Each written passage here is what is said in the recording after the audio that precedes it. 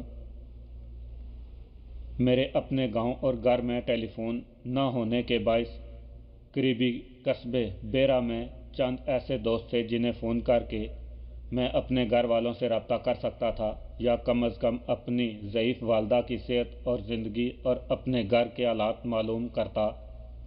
لیکن پے در پے مشکلات، مخالفوں، متعدد مقابلوں اور ان کا خون بہانے سے میری ذہنی کیفیت ایسی ہو چکی تھی کہ مجھ سے اتنا بھی حوصلہ نہ تھا کہ اپنے گھر والوں کے متعلق کوئی بھی بری خبر سن سکوں۔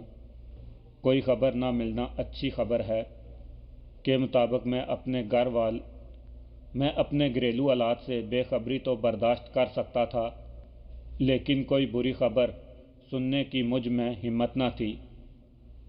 صدری اسوانی سے لائن سب سے پہلے ملی۔ میں نے اسے کے اور چٹاگنگ میں ان کے دفتر کے انچارج کے تعاون کا بے حد شکریہ ادا کیا اور اسے بتایا کہ اس کا اسٹیمر ہمیں کل بینکاک میں اتار کر تیل وغیرہ لینے کے لیے بندرگاہ پر چلا گیا ہے۔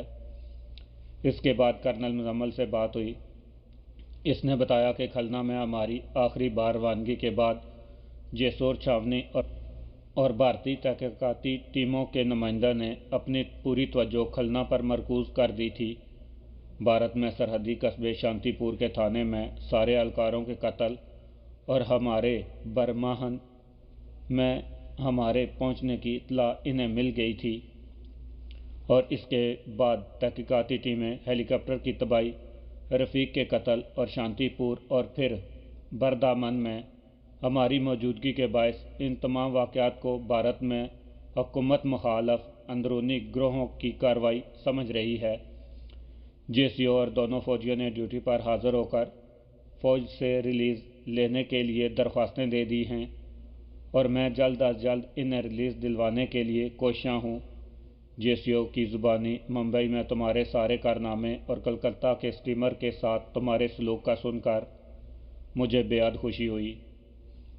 میں نے خود بھی اپنی فوج کو چھوڑ کر جہاں دشمن کے خلاف اپنے جذبات کو دبانے کے سوا اخراج کی کوئی صورت نہیں، تمہارے ساتھ مل کر کام کرنے کا خواہاں ہوں۔ اگر تمہیں منظور ہو تو کل رات گھر پر فون کر کے مجھے بتا دینا۔ تمہاری بھابھی نے بھی منظوری دے دی ہے۔ اگر تم نے گرین سگنل دیا تو میں خود JCO اور دونوں سپاہیوں اور بہت ممکن ہے 2-4 اور انتہائی کارآمد لوگوں کے ساتھ پاسپورٹ بنوا کر 1 ماہ کے اندر تمہارے ساتھ کام کرنے کے لیے بالکل تیار ہوں گے۔ میں نے مزمل کو کہا کہ اس کا اور اس کے گروہ کا میرے ساتھ شامل ہونا میرے لیے بڑی خوشی کی بات ہوگی۔ صرف ایک بات وہ سمجھ لے کہ میرے ساتھ کام کرنے والے مجھے بھائی اور ٹیم کا ایک ساتھی سمجھتے ہیں، لیکن تمام فیصلے میں کرتا ہوں اور وہ بغیر کوئی بحث یا اعتراض کیے اس پر عمل کرتے ہیں۔ تم میرے دوست ہو۔ ہماری ٹیم میں کیسر کے ساتھ تم کو بھی صرف کاموں کے لیے معاملے میں میرا نائب بن کر میرے فیصلے پر عمل کرنا ہوگا۔ مزمل نے ہنستے ہوئے کہا، تمہارا نائب بننا تو بڑی بات ہے، میں تو ٹیم کے دوسرے ممبران کی طرح بھی تمہارے ساتھ کام کرنے کو تیار ہوں۔ فوج کے ڈسپلن کو تو تم بخوبی جانتے ہو، باقی سب ممبر کی طرح تم میرے بھی چیف ہوگے، اور اگر تم نے مجھے اپنا نمبر 2 بنانے کے قابل سمجھا تو یہ میری خوش قسمتی ہوگی۔ اگلی شام مزمل سے پھر رابطہ کرنے کا وعدہ کر کے میں نے فون بند کر دیا۔ مزمل کی بروقت آفر سے مجھے اپنے آئندہ کے پروگرام کے واضح خدوخال دکھائی دینے لگے۔ مجھے خنسا اور عمر کے بھیجے ہوئے آدمیوں نے بھرپور تعاون دیا تھا، لیکن اس کی بنیادی وجہ ان کے آقاؤں کا دھمکی اور خوف تھا، جبکہ میری خواہش تھی کہ میرے اپنے آئندہ پروگرام میں ایسے لوگ شامل ہوں جن میں پاکستان دوستی اور بھارت دشمنی کا جذبہ کوٹ کوٹ کر بھرا ہوا ہو، اور وہ کسی مجبوری کے باعث نہیں بلکہ اپنی خوشی اور شوق اور جذبہ شہادت کی خواہش کے ساتھ میرے ہمراہ ہی بنے۔ سکوت ڈھاکہ کے بعد بھارت کی چہرہ دستیوں حد سے بڑھ رہی تھی۔ امریکہ کے اس کے ساتھ وقت کے secretary of state Henry Kissinger نے ذوالفقار بھٹو کو کھلے لفظوں میں دھمکی دی تھی۔ پاکستان نے اپنا نیوکلیئر پاور بننے کی کوشش کو جاری رکھا تو اس کا عبرتناک انجام ہوگا۔ روشنیوں کے شہر کراچی کو مستقل اندھیرے اور تاریکی میں ڈبو دیا جائے گا۔ اس وقت سارے پاکستان میں صرف کراچی میں کینیڈا کا دیا ہوا نیوک کا ایٹمی بجلی گھر ہی کراچی کو بجلی مہیا کر رہا تھا، اور اسے چلانے کے لیے بھاری پانی بھی ہمیں امپورٹ کرنا پڑتا تھا۔ اس پانی کی ترسیل میں رکاوٹ کراچی کو فی الحقیقت اندھیرے میں ڈبو دیتی۔ پاکستان اس وقت کے نیوکلیئر پاور بننے کی کوشش کو روکنے اور عبرتناک انجام سے دوچار کرنے کی دھمکی اگرچہ بھٹو کو دی گئی تھی، لیکن حقیقت میں ساری پاکستانی قوم کے منہ پر تماچا مارا گیا تھا۔ بھارت کے 74 میں ایٹمی دھماکے پر مغربی ممالک نے اپنی آنکھیں اور کان بند اور لب سی لیے تھے، لیکن پاکستان کے اسلامی بم کے متعلق دنیا بھر کے اخبارات، ٹیلی ویژن اور ریڈیو مسلسل پروپیگنڈا کر رہے تھے۔ حالانکہ اس وقت اس اسلامی بم کا دور دور تک وجود نہ تھا، اور پاکستانی سائنسدان ابھی اس جانب صرف ابتدائی مراحل کی تحقیقات میں ہی کوشاں تھے۔ یہ سب جھوٹا پروپیگنڈا اسرائیل اپنی مشہور خفیہ ایجنسی کے ذریعے دنیا بھر میں کروا رہا تھا۔ اللہ پاک کے کرم سے ایران، عراق، کویت، سعودی عرب، لیبیا اور تمام اماراتی ریاستیں اور برونائی تیل کی دولت سے مالا مال مسلم ممالک تھے۔ اگر یہ مسلم دشمن ممالک کو اپنے تیل کی ترسیلات بند کر دیتے تو مغربی ممالک جن کا تیل پر انحصار اس قدر بڑھ چکا تھا کہ وہ سردیوں کی شدت سے اپنے شہروں کو گرم پانی اور گرم ہوا مہیا کرنے کے لیے بھی تیل کے محتاج تھے، میں بغاوتیں ہو جاتی۔ تیل کے بے انداز دولت سے یہ مسلم ممالک مالا مال تھے۔ اپنے تحفظ کے لیے جب پاکستان اور عراق نے نیوکلیئر پاور بننے کے طرف قدم اٹھایا تو ان مسلم ممالک نے پاکستان اور عراق کی بھرپور مالی مدد کی۔ دشمن اسلامی ممالک سے یہ برداشت نہ ہو سکا تو پاکستان اور عراق کو پہلے ڈرایا دھمکایا گیا، لیکن جب انہوں نے ان دھمکیوں کی کوئی پرواہ نہیں کی تو بھٹو کو تختہ دار پر لٹکا دیا گیا اور اسرائیلی جہازوں نے سعودی عربیہ کے اوپر سے پرواز کر کے عراق کے ایٹمی پاور پلانٹ کو بمباری سے تباہ کر دیا۔ حالانکہ اس وقت سعودی عرب کے پاس 5 امریکی اویکس جہاز تھے، جن میں سے 2 ہر وقت اڑتے رہتے تھے، اور ان میں اتنی صلاحیت تھی کہ سعودی عرب کی حدود میں اندر فضا میں کوئی بھی چیز داخل ہوتی تو ان کے ریڈار سے وارننگ کی گھنٹیاں بج اٹھتی۔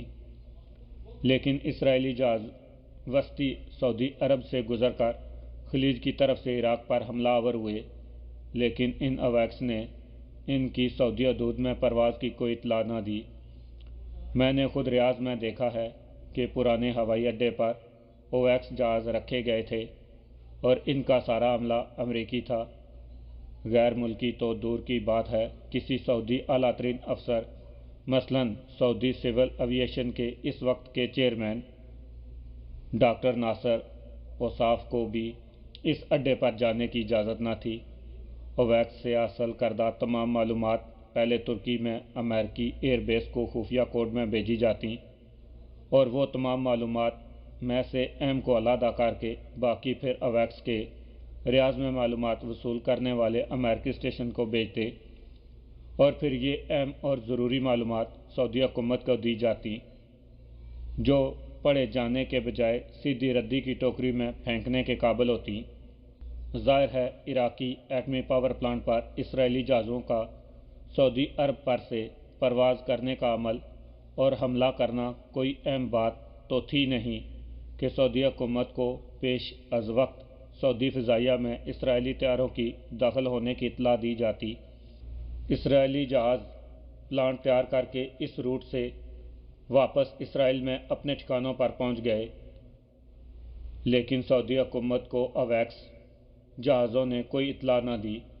پاکستان کا ایٹمی پلانٹ بھی بھارت اور اسرائیلی جہازوں سے بمباری کر کے تباہ کرنے کی کوشش ہوئی، لیکن ڈاکٹر عبدالقدیر خان اور ان کی ٹیم نے کوئٹہ کے پہاڑوں میں سرنگیں کھود کر پہاڑ کے اندر ایسی جگہ پر پلانٹ نصب کیا کہ ایٹم بم تو کیا، ہائیڈروجن بم بھی اس کا کچھ نہیں بگاڑ سکتا۔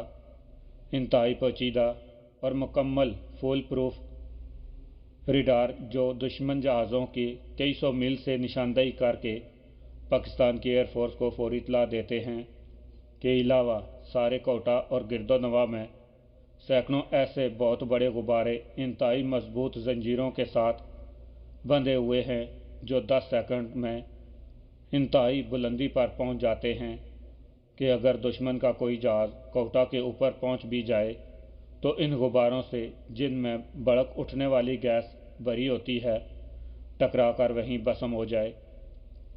فضائی راستوں سے کوئٹہ تک پہنچنے میں ناکام ہو کر اسرائیلی کمانڈو نے مقبوضہ کشمیر سے سیاحوں کے بیس میں پہاڑی رستوں پر پیدل چل کر کوئٹہ تک پہنچنے کی کوشش کی تو خفیہ 440 وولٹ بجلی کی تاروں اور ہماری فوجی جاسوس ایجنسیوں کے نوجوانوں نے ان کا ایسا استقبال کیا کہ پھر ان کا کچھ پتہ نہ چلا۔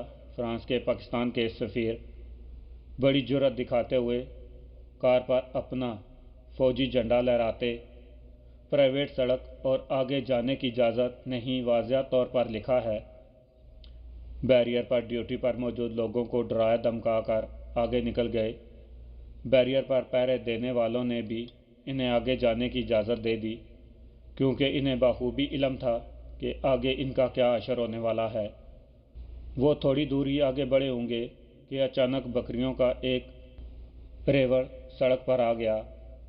سفیر کی گاڑی بکریوں کے سڑک پار کرنے اور ٹکرانے سے پہلے ہی رک گئی تھی۔